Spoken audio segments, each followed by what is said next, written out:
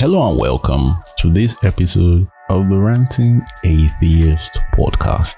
Today we'll be listening to the deconversion story of a fellow African atheist. She's from a popular African country where we like to banter about jollof rice, And her story is something that one can relate to it, and it was even more like a discussion because I also had to tell her some of my own part of my own story, so it was kind of a back and forth. It was a quest in search of truth that actually made her to go down this path to lose her faith. So it was a very fun conversation, and I hope you enjoy it as well. So if you haven't subscribed up Apple, Spotify, Google, YouTube and other places you find podcasts, check out the show notes for links you may find useful, especially our Discord. We are going it little by little, so check it out. Some people have issues. Send me a DM. Let me know if you're having problem with the UI of the app. It can be overwhelming in the beginning, but it takes a little getting used to. I understand, but if you have issues, reach out to me. So now, let's go and listen to the deconversion story of Adjo.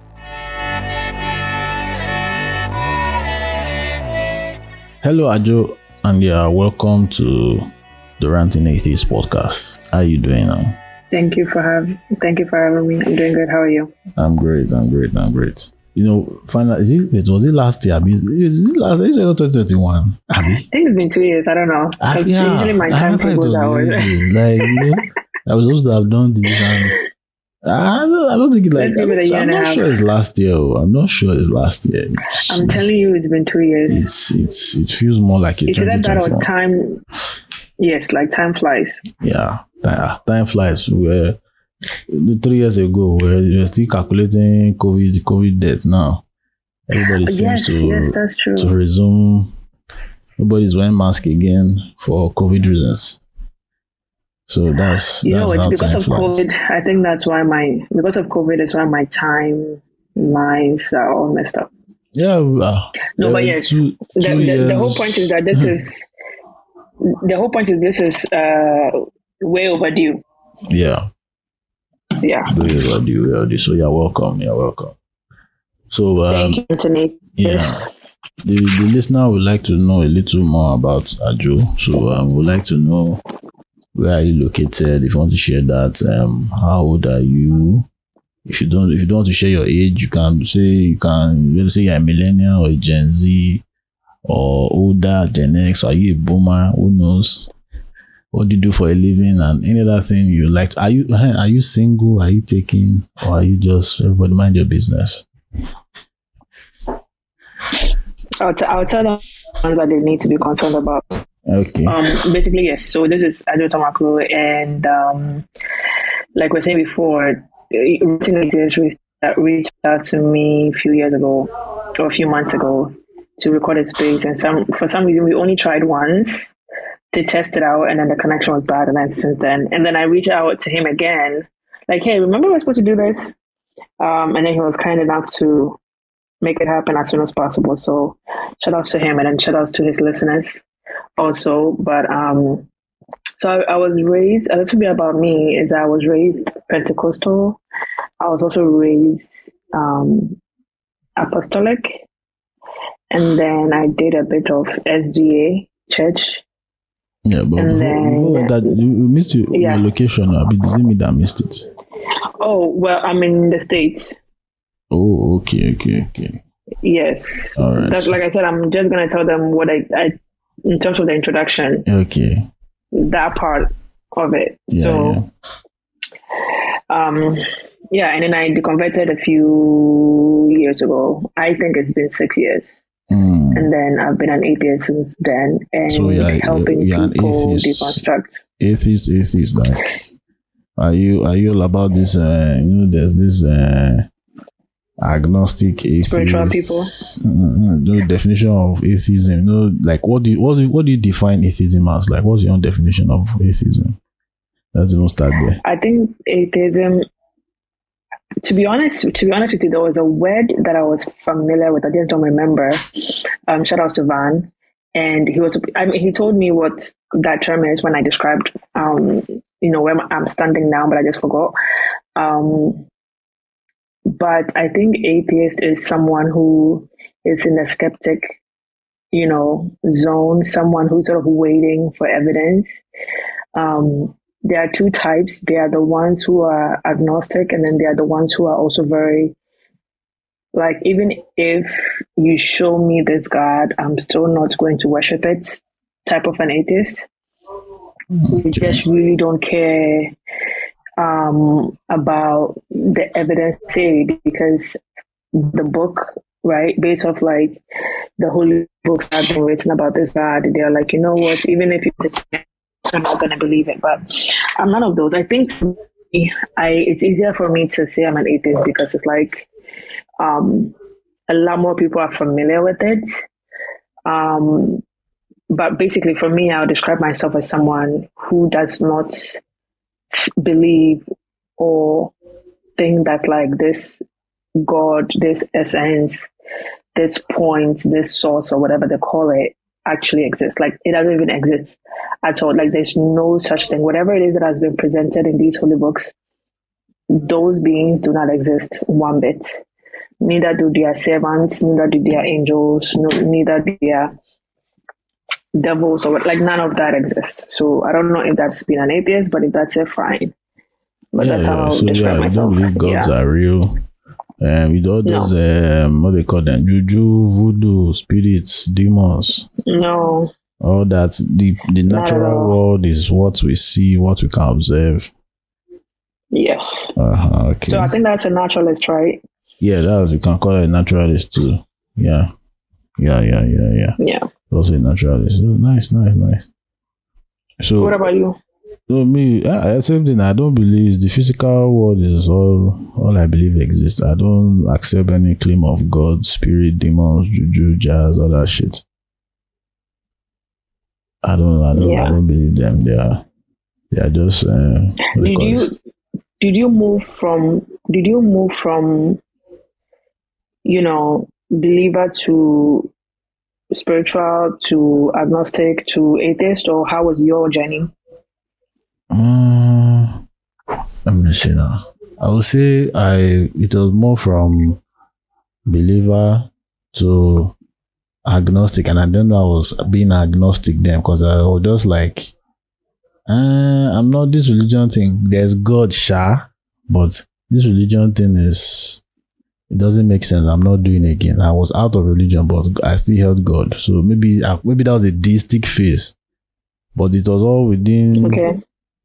The deistic phase, all those maybe deistic. Okay, I think maybe I was deistic. I think that I was deistic because I believed there was God, but Christianity was suspicious, so I'm not doing it again. I was in that situation for like 2 years or so. Between 2018 to 2020 thereabouts. So that's the way before now it was just within, let me see, between March and September. That 2020, those 9 months were very rigorous. That's when I broke down everything and crossed to the other side. So this thing is bullshit. So you are like you just recently. Yeah, 2020 now. Yeah. Oh, your baby. Some of us, left a long time ago. Yeah, so that's why I'm still angry. That is why. That's so funny. Time has not passed long enough for my anger to be coiled. I'm still fucking angry. Where do you think that anger stems from? I have a few theories, but I want to know from you before I go. Anger, first of all, starts with the state of this country. We fucking pray every day, whether it's the Christians, the Muslims, or the traditionalists, yet we're all getting fucked in different ways. And you think that is not enough to question. That's my first anger. Second anger is on a personal level. The schools I went to were Christian, especially my university, Covenant University. The way we were traumatized there because of this stupid religion. That is also fueling my anger. My parents, they are pastors in the church, and the way the church was very wicked to them the so-called Church of God, so-called, and watching their health deteriorate because of a fucking church. You see, my anger, do many things to keep falling my anger. As in, those are the three things that come to mind now. Yeah, I understand that frustration. I remember you. I remember, you know how, well, we'll get to that later, but you know how I also started creating spaces on Twitter, right? Yeah. Yes. And I remember you had joined on and you were so angry. But I get it. I'm not going to fault you for it. But this is my theory as to why I think that is. I think for me, I also went through that angry phase, which was, if somebody had told me earlier that I had the control of my life, of my decision making, I pictured myself being at a different place than I am now. Because for so many years, you wasted your life praying, you wasted so much money on this religion because you genuinely thought that this was going to be it, right? Like your prayers were going to be answered. You do a bunch of things and then you get the results. Mm-hmm. And so when we were told this, we put so much effort into it, right? Like even with some of the friendships that we want to cultivate, we cultivated friendships based on whether or not we can invite them to church later, right? So because everything that we did was for the benefit of the church or for the benefit of this God, only for it to be a lie. And then when you look back and you realize that you've wasted 20 years of your life, it's and then you're like, wait, so how come people are not seeing this? People are not seeing how much this affects even our critical thinking skills. How come people are not seeing that this affects how motivated we can be to get things done? How we are the solutions to our own problems. How come nobody's telling us these things, and rather we are dancing to praise and worship in church because we are thinking that is going to be the solution to our problem. So with that in mind, those are one of the things where I get really frustrated about. When you see how it affects like our parents, like the generations before, because some of our parents and our communities, they also had dreams. They also wanted to be impactful in the community, but their whole lives they were told that the way to be impactful is through prayer. Mm-hmm. And so they spent. Some people would not sleep; they'll be doing all night. Meanwhile, all that energy has been, attributed to something else, and they don't tell us this truth. And so to see it happening all around me, that was where I got, my anger came from. So I can completely agree with what you were going through. But you mentioned your parents. Your parents being pastors, is it that not all pastors benefit financially? Because majority from somebody who's at the congregation, majority of the pastors. Okay, what was the ranking? What's the ranking of your parents? Because maybe that also counts. And then the size of the church. What they call it? The provincial pastors. You are in charge of a number of parishes. I think they were assistant. They were supposed to get promoted, but they for one reason or the other, they were skipped over and over again. Now sent to, how do I put this? It's a kind of a sinister position he was put in now.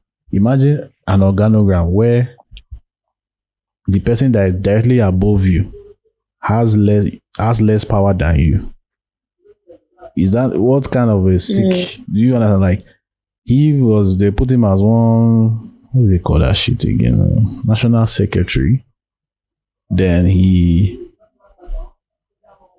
that position is higher than provincial pastor in the redeemed organogram. But that pastor does not have a parish. It actually is, in fact, the person's office is inside the parish, the provincial headquarters. That is under the provincial pastor. So it was looking. I was like, what kind of a sick promotion is this? We call it promotion, but in reality it's demotion because you are under somebody that is supposed to be beneath you. I'm just like, man, fuck this church. That's all. I'm just so like, they why never the man brought is enough money to the house.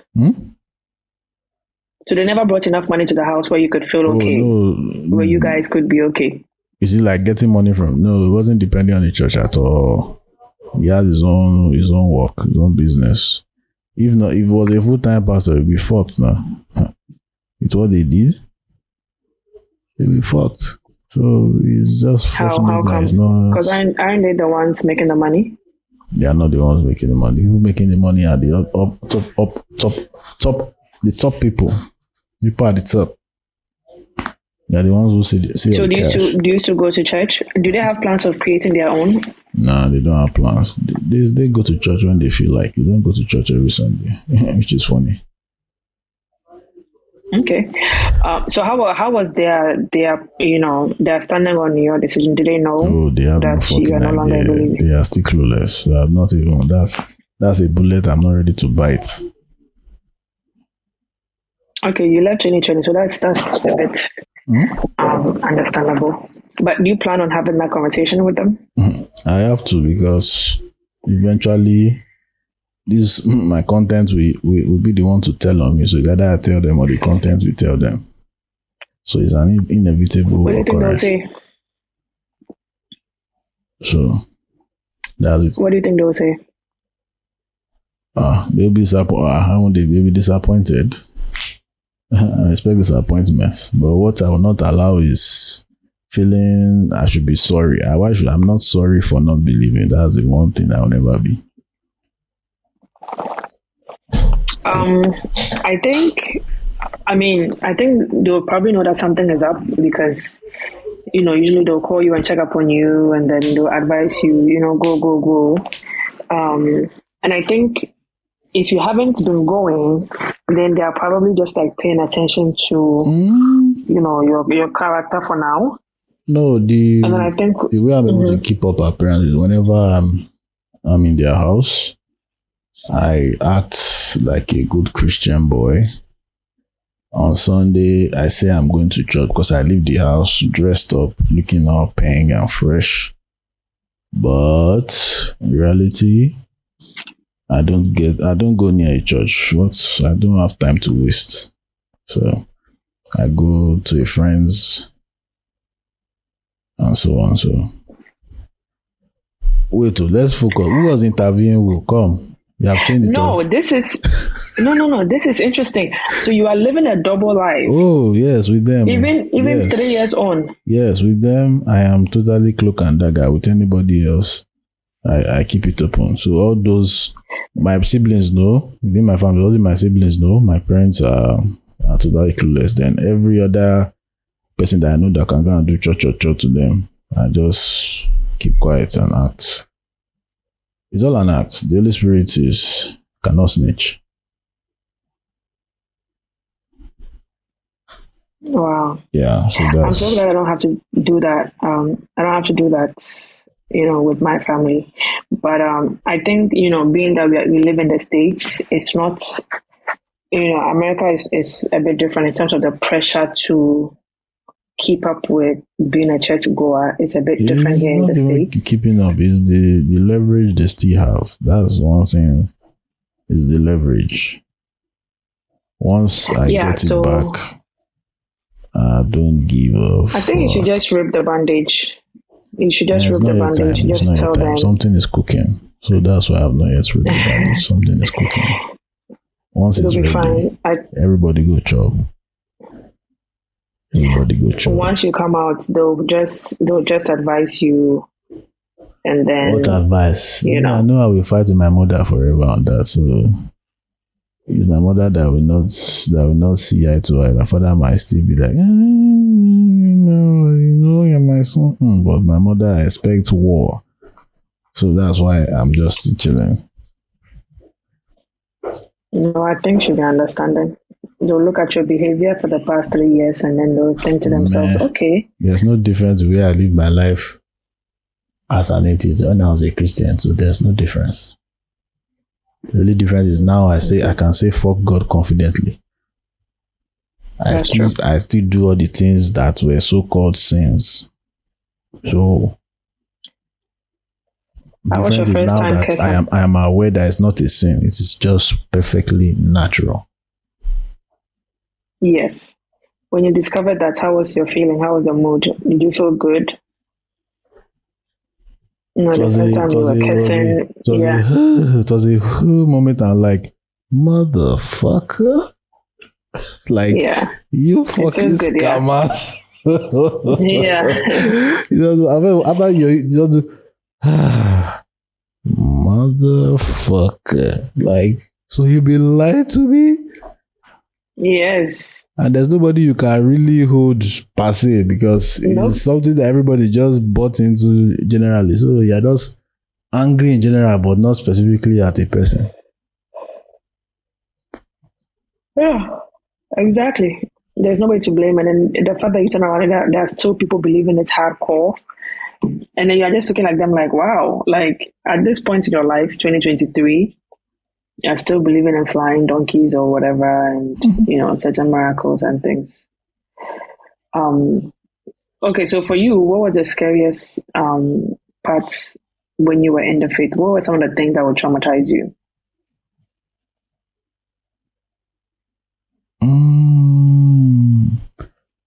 Let's say what funny enough is always when they show end time, Jesus is coming video. That's the time I'm really afraid. Yeah, that's true. Is that part always gets fear of hell everyone, yeah. part usually after a while I'll be like, the next thing I'm kissing. I don't forget. It's hell theology. What about you now? What were the things? Yeah, it was 666. Huh? This wonderful. Wait, Yes. I received the call. You I didn't hear that part. I didn't hear your answer. No, it says 666 and then Judgment Day. That's always what they use. It's always what they use. And then the guilt of, God has done something wonderful for you, which is that he has, killed his son for you. And then you're not even like appreciative. So you always wanted to feel like you are appreciative of what God has done for you, is that he has, given up this sacrifice, and then you are misbehaving. Yep. So the guilt was always, one of those things. Yeah. Now all this. Now let's go back to you said you were from Pentecostal and then which other background? Apostolic and then SDA or the Saturday Adventist. No, that's Adventist. Sorry. Okay, so you're in SDA too? Yes, that was the last church I went to. Okay. So, how did you get into Pentecostalism? Oh no, that's just my parents. They go. Growing up. Yeah, and then sometimes too, when you move to a different location, you sort of go to the church that's close by. Okay. So that you ended up with Apostolic. They were just convenient. In SDA and the normal churches, but the difference was some people play instruments, some people don't play instruments. Wait. Can you hear me? It's like I missed. Yeah, I can hear you. I missed some things you were saying from when I said was Apostolic nearby or something like that. That's where after I lost you for a few seconds. Oh, that's okay. So I was saying that the kind of churches whereby you leave, let's say like you move, you go and stay at a new place, so you just go to the church that's close by. So that's why I ended up with Apostolic and then the Saturday Adventist. Saturday Adventist. Yeah. Isn't that how it's called? What is it called? Isn't that what it's called? It's not Saturday. 7 days. 7. Oh, 7 days. Yeah. I thought you were saying it on purpose. Well, Day Adventist. 7th. Yes, because they go on Saturdays. You just Saturday Adventist. Wait, that's true. SDA Saturday Adventist. Okay, that's all. I didn't even see it that way. Yeah. So, give us the gist now. How you Going through, you moved from Pentecostal, your parents' church, to Apostolic by virtue of you moving around, then ended up in Seventh-day Adventist. Was all this okay? I know. Wait, now all this was not in the States. Now, how? No, it was the Apostolic and the Saturday Adventist was in the States, and then the first two are in Ghana. Oh. So now moving from Apostolic to 7 days, is it not? What did it not feel like a different world, or how were you comfortable? Well, it's basically the same, right? Different.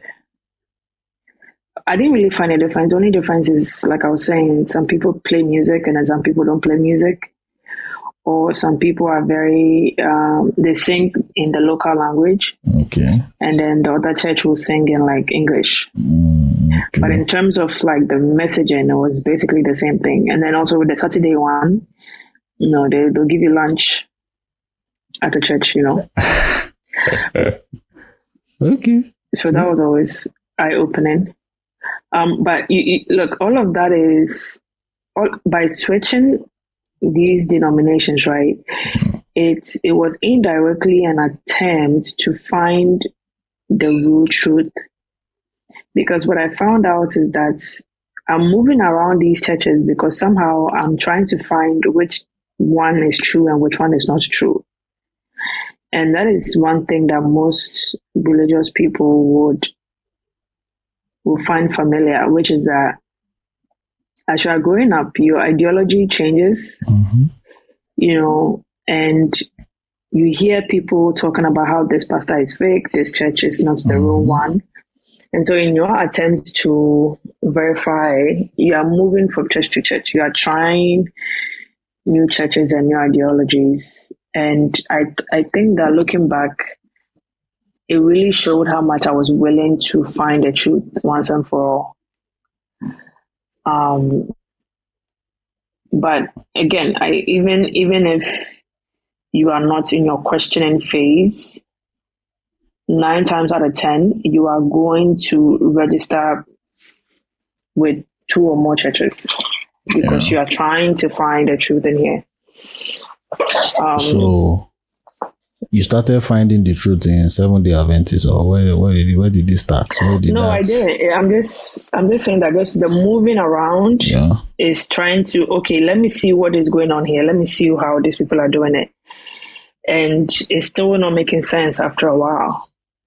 Of course, never makes sense. It's still not making sense. So then I moved to, you know what, I'm going to know God for myself. I'm going to go on YouTube and I'm going to watch, services online. I have my own book. I have my pen and paper. I'm going to jot down Bible verses. And then I'm going online worship. So I did, yes. So I did that whole thing too for a while. And then after a while, it's still, because then you kind of feel like you are cheating, right? Because everybody else is fellowshipping together, and then you are doing it by yourself. That's one of the greatest cons they pull in that Christianity, because they make more money by the presence of members. COVID showed them that your people will not pay you shit if they don't see your face.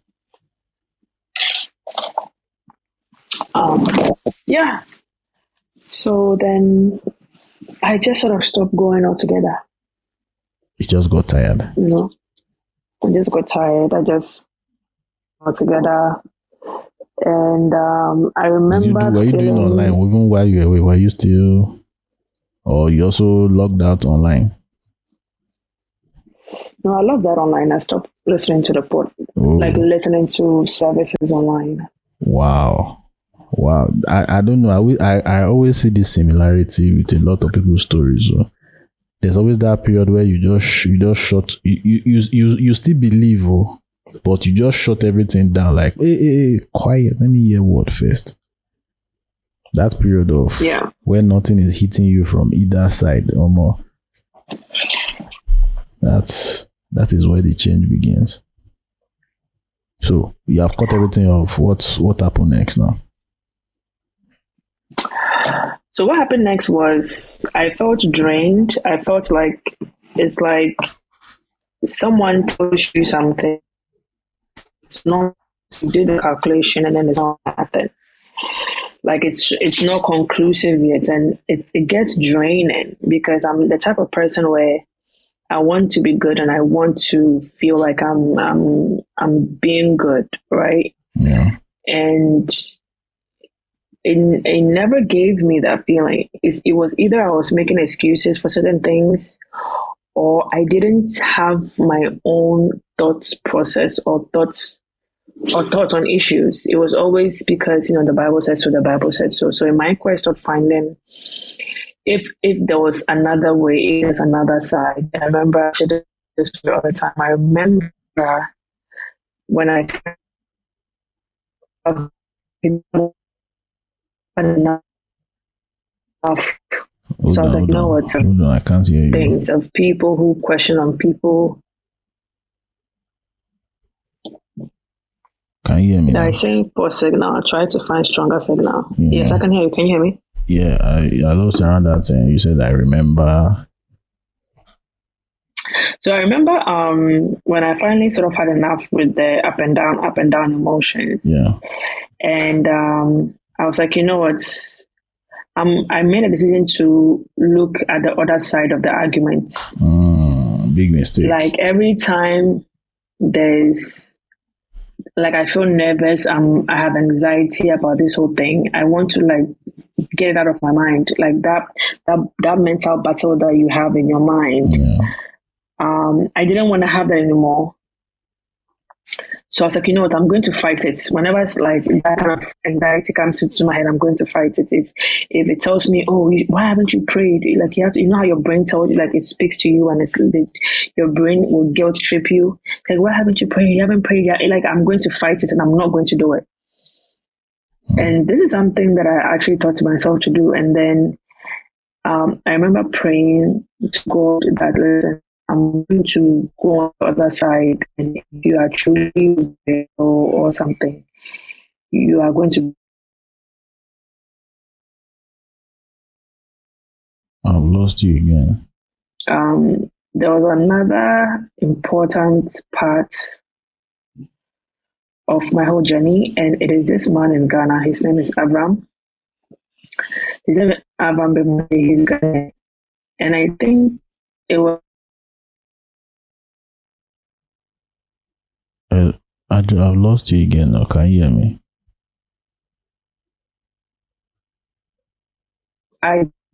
Can you hear me? Network is. He was able Adjo, can you hear me? to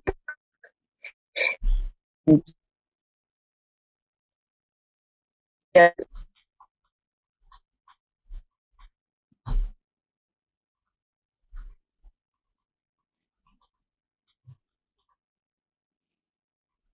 Hello? Can you hear me? Hello? Yes, I can hear you. Can you hear me? Yeah, I lost you from where you started the story of the man. There was a man that was seriously chopping. Yeah, off. so there's a man in Ghana called Avram. Okay. And it was my first time seeing someone who understood the book because he was once a pastor. Okay. Can you hear me? The signal is back again. Okay, so he was once a pastor and he left, and now he's also an unbeliever as well. And because he speaks the same language as I spoke, there was that connection there where I was able to really understand the manipulations of the book from a quotation point of view.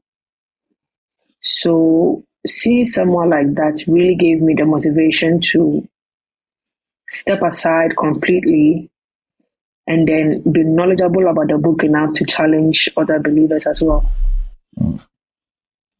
So once I got familiar with him, that's when everything changed for me. So every time I talk about my journey, I always want to give him the credit he deserves, because from me being inspired by him, it has also given me the motivation to come on Twitter Spaces and do what I do on Twitter.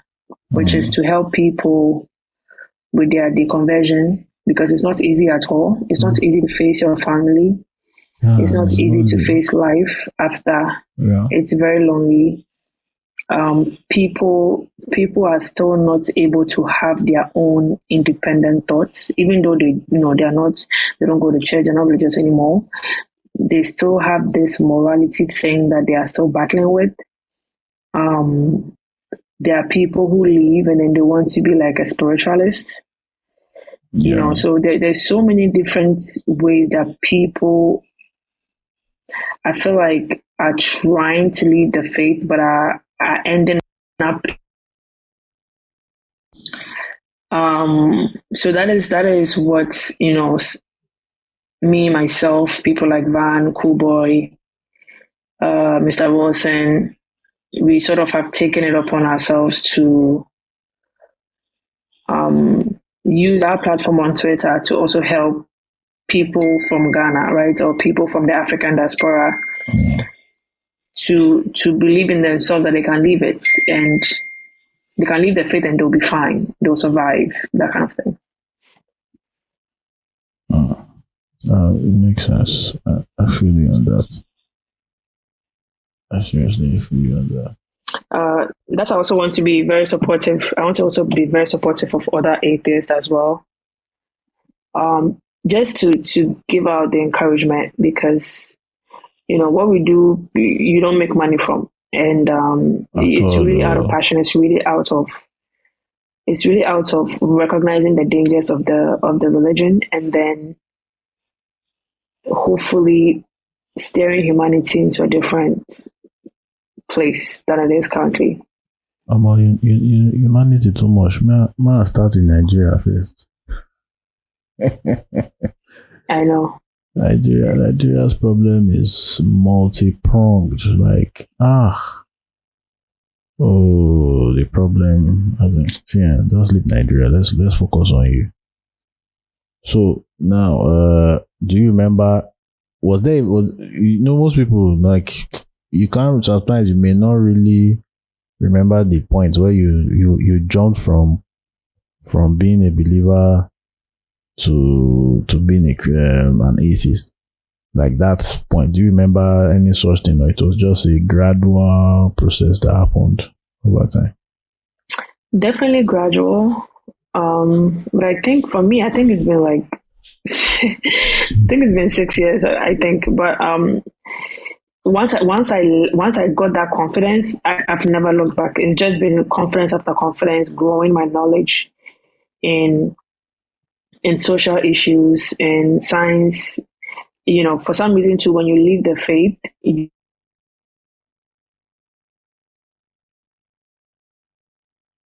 Thank you.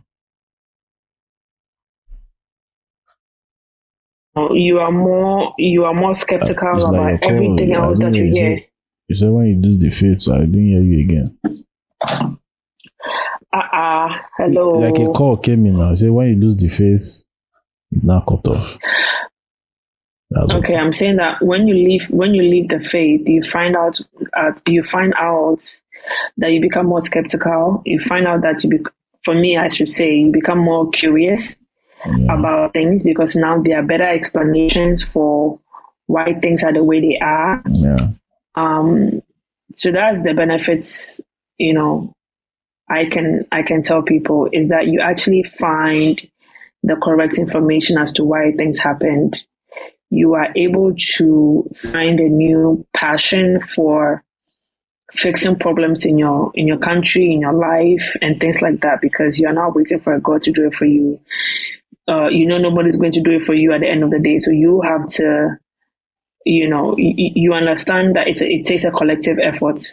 So if the entire country is relying on prayer to fix it, then we should understand why Africa is the way it is. It changes your whole perspective about life, about thinking, about everything. And if Africa, or majority of the people in Africa, don't realize this, I don't see the country or the continent moving anywhere. Food for thought. it's tiring when you look at Africa and how our superstitiousness is tying us down. But now that when you became an atheist, who in your family did you tell first, or are you like me that is still hiding from half of my family? No, so in the States, like I said, like church going is not, so much because we have work, we have things to do. So my parents know that I no longer a believer. They themselves, my dad, I think he's on the phase of like religion is a scam. So he stopped going. I don't even really remember the last time they went to church, to be honest. My mom as well doesn't go. Don't remember the last time she not went. Going to church and being an atheist are not exactly synonymous. No. Like I don't hear them praying. I don't hear them advising people and using, because it's like they've stopped really. So do they still give donations and all of that? Sure, they help people, like they're sort of good people, but they are not praying, they're not leading, they're not even playing gospel music. They are just living healthy life. They are just living life. They don't pressure us to go life. That's it. Just living that's life. it It's like person just they exist, just job. You still engage in the capitalistic system that we don't have a choice but to participate in, and just go. But now next thing you start bringing your village people, they have been planning evil for you. All my enemies die by fire. I'm just like relax. Just they create problems that do not exist from nowhere. Problems that don't exist from. So your parents, your family knows. That's good. I envy you. Your friends, uncle.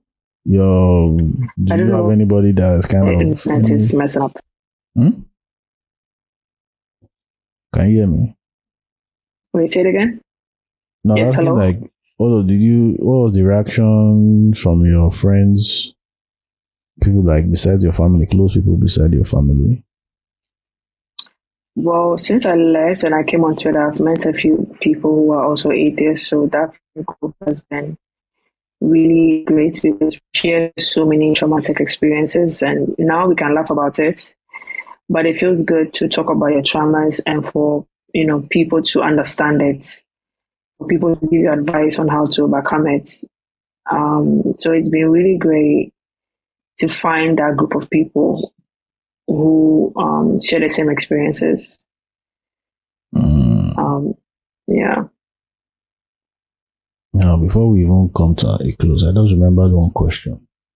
I remember you saying 666 traumatized you the most. How did you stop being afraid of 666? Or was it automatic as soon as you stopped believing in God, or there was something extra that convinced you that it was bullshit?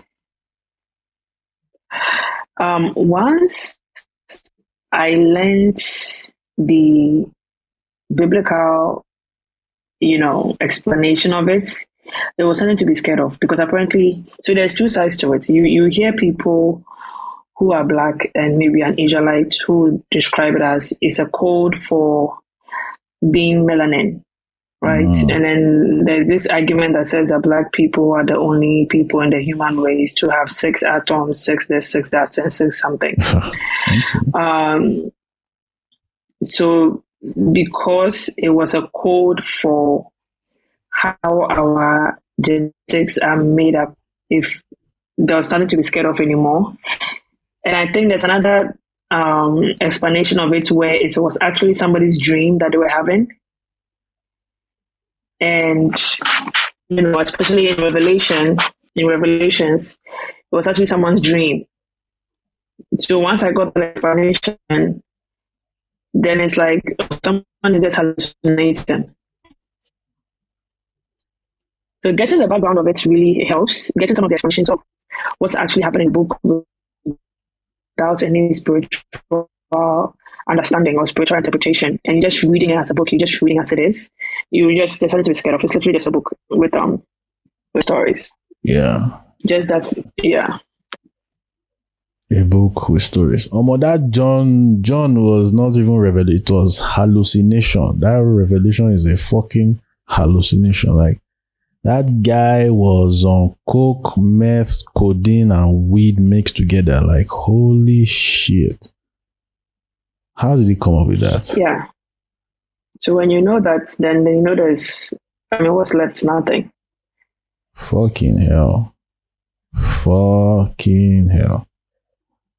Adjo, it's been great discussing with you and giving us some clips of how you got to these points, because it is still a journey. It is not, people we usually make that mistake of as soon as people that when you become an atheist, all your bigotries and your biases automatically follow. It's not everything, though. It's not everything. You meet people, because you are still left with for some patriarchy things that you have to dismantle. You are still left with some misogynistic things you have to dismantle. You are still left with human rights thing that you have to dismantle. So especially with the morality thing. So the deconversion journey is not easy at all. No. I've been for over 20-something years. I've been eating in the misogyny and sexism, so it can't just cure within less than 2 years. So one has to be very deliberate about making a change. So I've stopped being surprised about yeah. I didn't hear that part.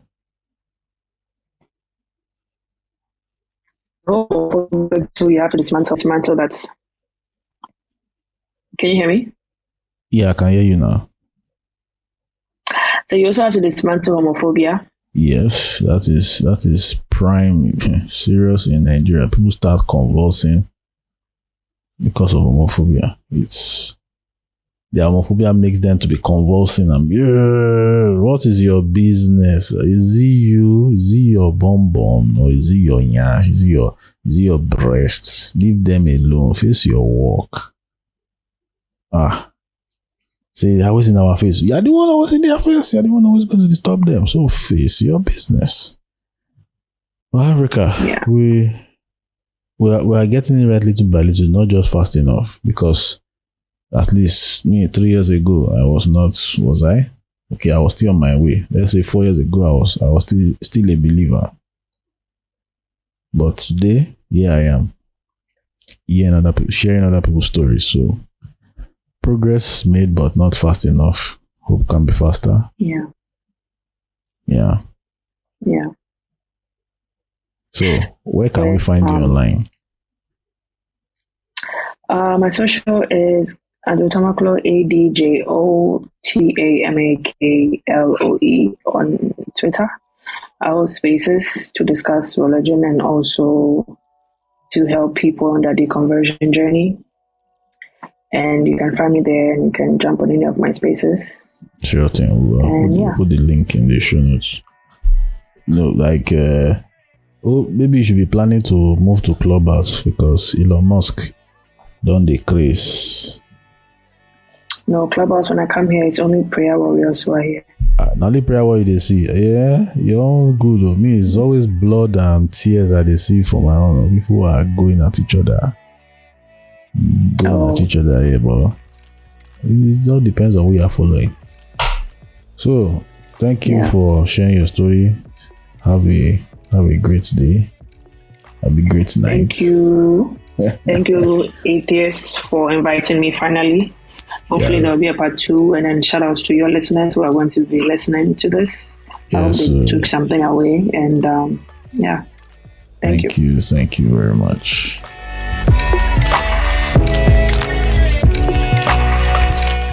Thank you for listening to this episode. Please subscribe up Apple, Spotify, Google, YouTube, and other places you find podcasts. Check out the links in the show notes that you may find useful, especially Discord. Would love to hear from you. Have a great week, and I will catch you on the next one.